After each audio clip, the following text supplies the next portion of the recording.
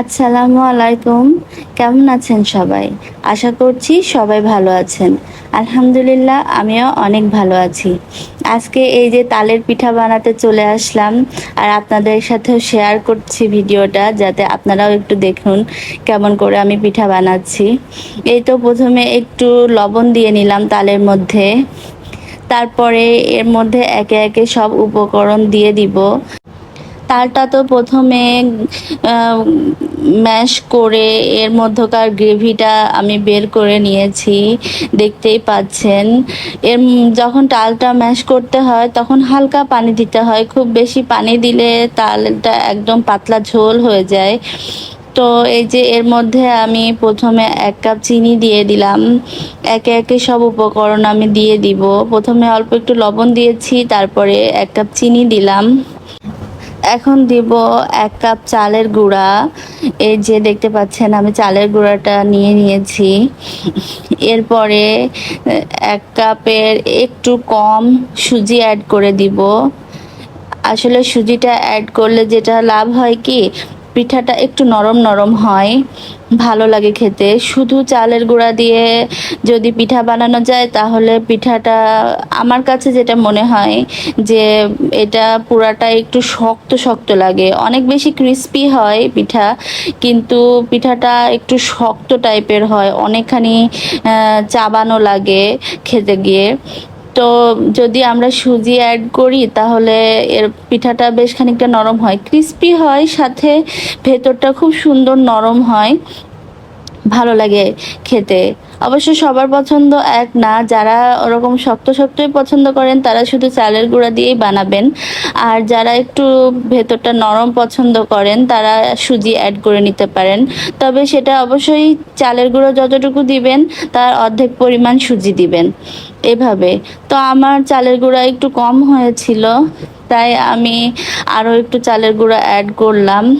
এখন আমি মেখে নিচ্ছি, সুন্দর করে মিক্সড করতে হবে, বেশ অনেকক্ষণ ধরে এটা মিক্সড করতে হবে যাতে সব উপকরণ ভালোভাবে অ্যাডজাস্ট হয়ে যায়। কারণ হচ্ছে চিনি, লবণ আর এই গুঁড়া সব কিছু ভালো মতো গলে মিক্সড না হলে এটার মধ্যে দানা দানা হয়ে থাকবে, ভালো লাগবে না। তো আমি এই তো এই মিক্সচারটা খুব সুন্দর মতো এখন মিক্সড করে নিয়েছি। এবার এটা একটু রেস্ট করার জন্য দিয়ে রাখবো। এই যে ঢাকনা দিয়ে আমি ঢেকে রেখে দিচ্ছি। এটা মোটামুটি 10-15 মিনিট রেস্টে থাকবে, তারপরে আমি পিঠাটা বানাতে চলে যাব। এই যে চলে এসেছি পিঠা বানাতে। এখানে আমি একটা পাত্রে তেল নিয়ে নিচ্ছি। আমি অবশ্য ডুবো তেলে ভেজে কোনো কিছু খেতে খুব একটা পছন্দ করি না, কারণ এটা স্বাস্থ্যের জন্য খুব একটা উপকারী না। তারপরেও পিঠা যেহেতু, এই তেলের পিঠাগুলো বানাতে হলে তেল তো দিতেই হবে। তবে আমি খুব বেশি পরিমাণ না দিয়ে একটু মাঝারি পর্যায়ে তেলটা নিয়ে নিলাম। যাই হোক, এখন তেলটা গরম হওয়ার জন্য অপেক্ষা করছি। তেলটা গরম হলে আমি পিঠাটা দিয়ে দিব এর মধ্যে। আমার মনে হয় সবার বাড়িতেই কম বেশি তেলের পিঠা বানানো হয়, আর সবাই বাংলাদেশে সবাই তালের এই যে বড়া পিঠা এটা সবাই খেয়েছেন। এই তো তেল গরম হয়ে গিয়েছে, আমি এখন পিঠাটা একে একে দিয়ে দিচ্ছি।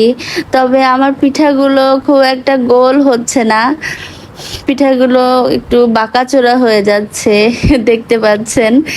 যাই হোক, তাতে কোনো সমস্যা নেই, খেতে কিন্তু পিঠাগুলো খারাপ হয়নি, খেতে যথেষ্ট ভালো হয়েছে। কারণ আমি তালের পিঠা এর আগেও অনেকবার বানিয়েছি এবং প্রত্যেকবারই তালের পিঠা যথেষ্ট ভালো হয় আমার হাতে, সবাই প্রশংসা করে।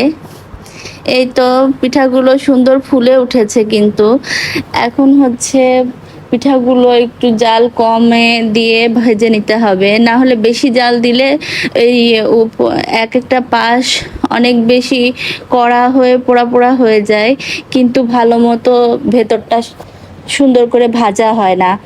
এই জন্য জালটা, পিঠা দেওয়ার পরে জালটা কমিয়ে আস্তে আস্তে করে ভেজে নিতে হবে। এই যে হয়ে গেছে আমার পিঠা ভাজা। আশা করছি পিঠাগুলো অনেক টেস্টি হবে খেতে। আমি অবশ্য একটু কড়া করেই ভেজেছি। এই যে দেখুন হয়ে গেছে আমার পিঠা বানানো। সবাই ভালো থাকবেন, সুস্থ থাকবেন। আল্লাহ হাফেজ।